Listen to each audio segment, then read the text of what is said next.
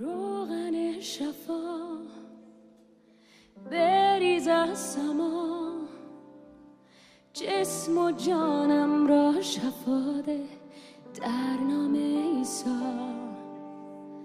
روغن شفا بریز از سما، جسم و جانم را شفا ده در نام عیسی. عصا و چوب دستی توست، قوت قلب و جانم، سپر ایمان به دست و شفا را میخواهم.